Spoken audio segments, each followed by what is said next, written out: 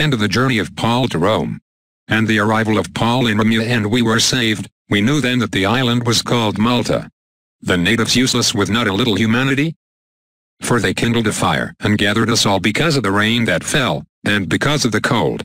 Now when Paul had gathered and laid a bundle of sticks upon the fire, a viper, escaping from the heat, clung to his hand.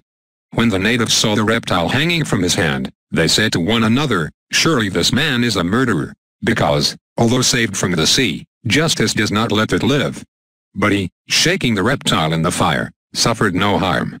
But they hoped that Paul would suddenly swell or fall dead. But having waited a long time and seeing that nothing abnormal was happening to him, they changed their minds and said that he was a god. Now, in the vicinity of that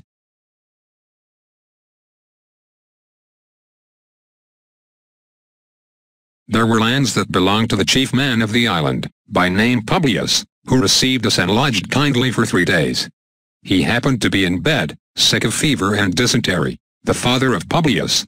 Paul went to visit him, and having prayed, he laid his hands on him, and healed him. This done, the other sick people of the island came and were healed. And these have distinguished us with many honors. And when we got on board, they put on board the things we needed. After 3 months, we set out on the ship of Alexandria, which had wintered on the island, which had Castor and Pollux as its insignia. And coming to Syracuse, we stayed there for 3 days. Where, on the coast, we came to Reggio. And, blowing the south wind the next day, we arrived in 2 days at Puteoli, where, finding some brothers, we were invited to stay with them 7 days. And then we headed to Rome. Now the brethren there, having heard from us, came to meet us as far as Appius in the 3 cells. And Paul, when he saw them, gave thanks to God and took courage.